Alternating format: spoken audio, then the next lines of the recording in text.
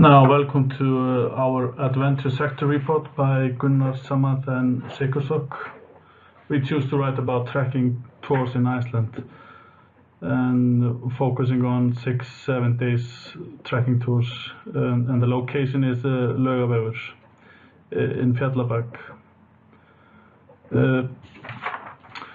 Since the tourist boom in 2010, Iceland has had hundreds of adventure seekers wanting to trek in the untouched nature of Iceland. And during the summertime, it is one of the biggest activities in the country and has been over decades. The tourist industry has grown rapidly over the years due to increasing visitors, but the industry has been around for some decades in Iceland. Icelandic mountain guides started their hiking and trekking tours in 1994. Arctic Adventure have their roots since 1983, and Fjallabak, the oldest trekking company Iceland, was formed back in 1976. It has been a long road for such companies to establish an enterprise. It's only in the recent years that companies are growing faster than ever. Now in Iceland, there's a huge amount of trails to choose from, but over the years, most popular destination is such as Hornstrandir in Westfjord, Skaftafell, Vatnajökull National Park, Jökulsárgljúfur in Northeast, Kerlingafell, and Laugavegur in Fjallabak, which is one of the has been the most popular trails over the decades, and partly because it is close to the most populated area in Iceland, and it's very accessible. To establish a company, you need it's very important to have a certification.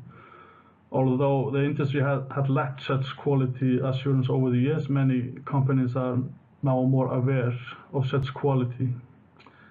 Travelers now prefer more companies having such independent quality certification because they can be assured that they're trustworthy and professional.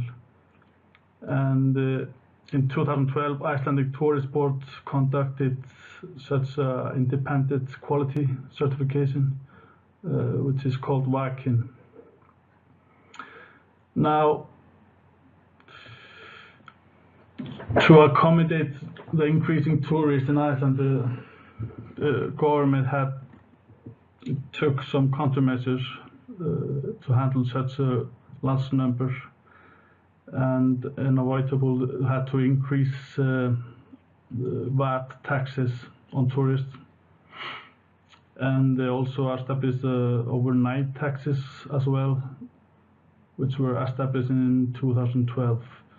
And that was to order or to generate revenue to promote constructions, maintenance, and protections of multicultural tourist attractions.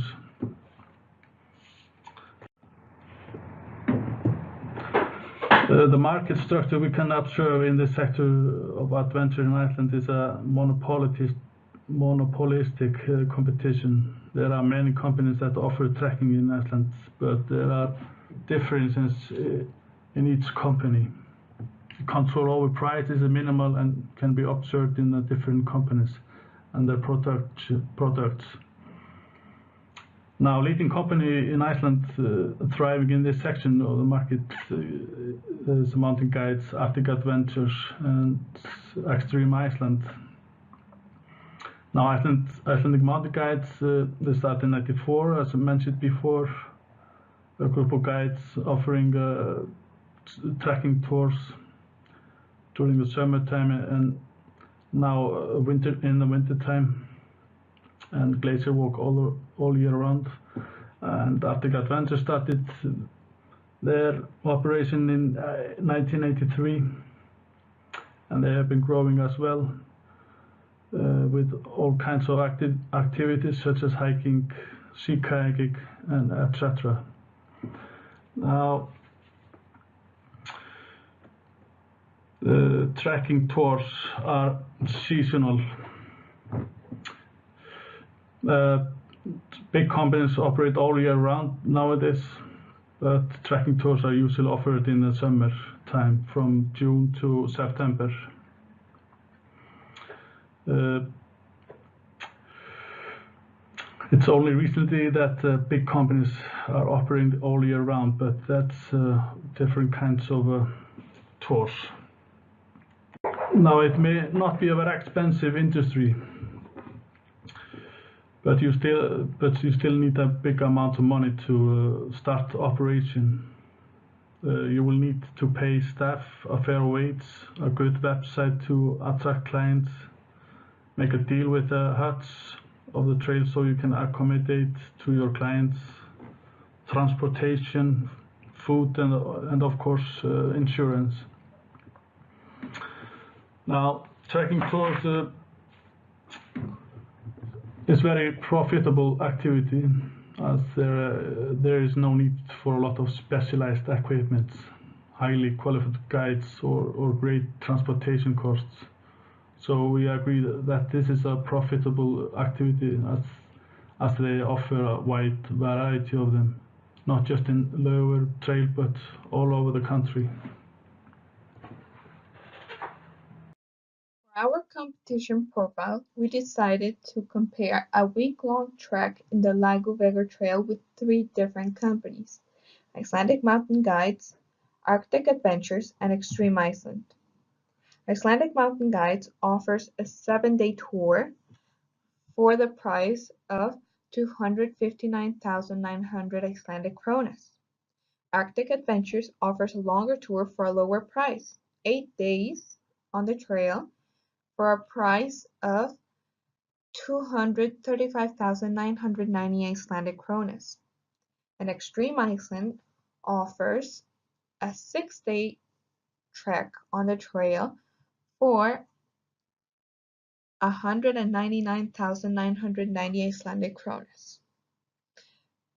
For promotion, they all use social media, a well-designed website, vehicle decorations, and modern word-to-mouth, the reviews on TripAdvisor.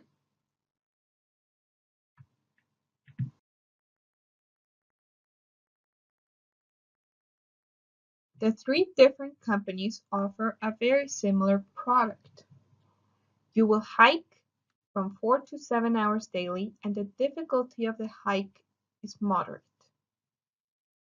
It is recommended for clients to have previous experience backpacking, and the minimum age to take part in the trek is between 14 and 15 years old. The tour will be car assisted, so clients only need to carry a day pack. The product includes guiding, pick-up and drop-off, sleeping in huts, and full board. If you do not wish to share your sleeping space, companies can provide you with an individual tent or any other equipment you may need for an extra cost. If you have any special food requirements, these also can be accommodated for a special price. Showers, internet, and charging stations in the hut are not included in the price. The product is sold through travel agencies or directly in the company, either in the phone or website. It is very common to use the website to read about the tour, check for available dates, book, and pay for the tour. And to receive the tour, you must be ready at the pickup locations with all the equipment you may need. Demographic profile. Who is the target market for this activity? In recent years, adventure tourism has been more attractive to an ever-increasing number of people who are looking for adventure and excitement in their lives. Most of them have already experienced it with hiking and trekking. They are not looking for luxury. Healthier lifestyle is more important to them, and in addition, it is also a new way of living the culture when traveling. In a survey in 2017, they found out the source of booking for adventure tours in Europe were from the following regions. Most of them are Europe, and then from North America, Asia, South America, Africa, and Oceania. Participation rates. Since it is only open for 3 months of the year depending on the weather, you can find from 150 to 200 people trekking the trail, spread around the 82-kilometer every day. Some areas are noticeably busier than others, like Landmannalaugar. As day trips are common here, people can be spotted at times while hiking, but can be out of sight in minutes. Guided tours vary from 6 to 6 clients, and private tours can be booked upon request. Personality profile of typical clients. Those who go hiking and trekking are usually adults looking for a soft adventure spot. In the following chart, it can be observed that percentages of different age groups are taking these tours. As you can see in the chart, people between 51 to 60 hike the most of the trails. Tourist companies in Iceland are run by people who enjoy the outdoors. Companies start out as hobbies, but as they grow, owning more equipment and staffing more employees, the company owners with good technical skills may lack business skills. Then they can choose to sell or get help to run the company. Arctic Adventures and Icelandic Mountain Guides are large-scale operators with 150 to 200 employees a year. Smaller-scale enterprises such as Asgard Beyond and Troll Expeditions may have from 30 to 50 employees a year. It is a small market, so not many large companies can thrive. The average age of staff ranges from young adults starting their careers to those who have built the industry to what it is today. Trekking guides must know backcountry travel, basic geology of Iceland, navigation, weather patterns, and be a wilderness first responder. The Iceland Tourist Guide School offers a year-long program focusing on the rich history of the country, group management, and bus driving. Keirir's 8-month program focuses on the adventure sector. The personality of guides is friendly, outgoing, organized, independent, committed, responsible, and have good communication skills. The average pay depends on the guide. Are they a permanent or temporary employee? What are their skills and training? The lifespan of a guide in the industry is a personal preference. They can guide in their young years, and as they grow, they may move into the office to do administrative work and occasionally do tours. There's a lack of information on the guides as the industry is still developing, but everybody, no matter what their different background is, can give trekking tours. SWOT analysis. When the company reviews its SWOT analysis, it must consider the way to make the strong points stronger if possible, then look at the way that the weakness can be improved or how to minimize the impact of them. Ideally, the goal is to transform the weak side of the strong side. In this case, we can see these companies with trekking products give good job opportunities in the industry, which result positive for the country. When you look at the publicity of the tours they offer, you will notice how well planned their tours are and how good their advertising is, which will make people want to come when they see short videos about the trail and the nature. In 2017, there were many trend snapshots about adventure tourism from all over the world, where you can see that hiking is one of the hottest trending activities in that year, and hot trends get higher level of client demand.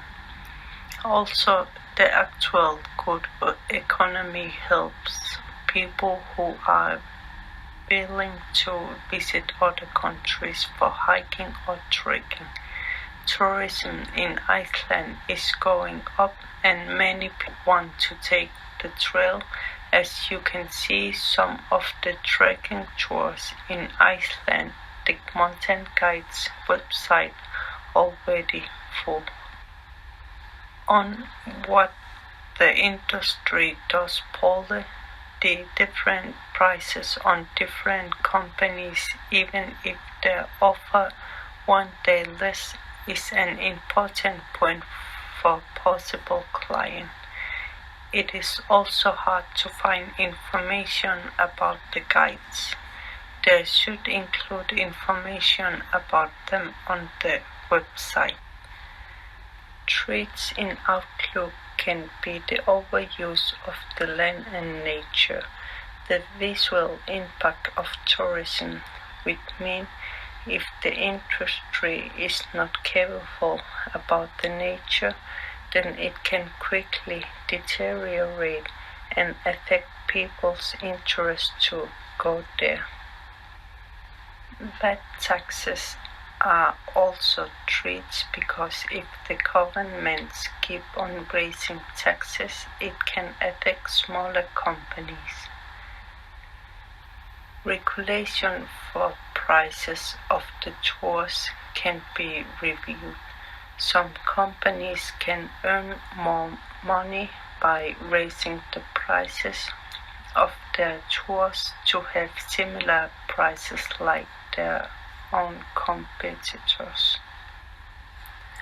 Taking care of the nature and overusing of the nature can quickly replace two opportunities future outlook if the industry keep eye on what they need to repair or to be careful about. The industry needs to talk with the government about the bad taxes before they will be too high, because even tourism does well in Iceland for now, it can begin to slow down when and smaller companies will not be able to pay taxes anymore. So the companies must take care of their strengths, but also try to build more and find solutions for their weaknesses.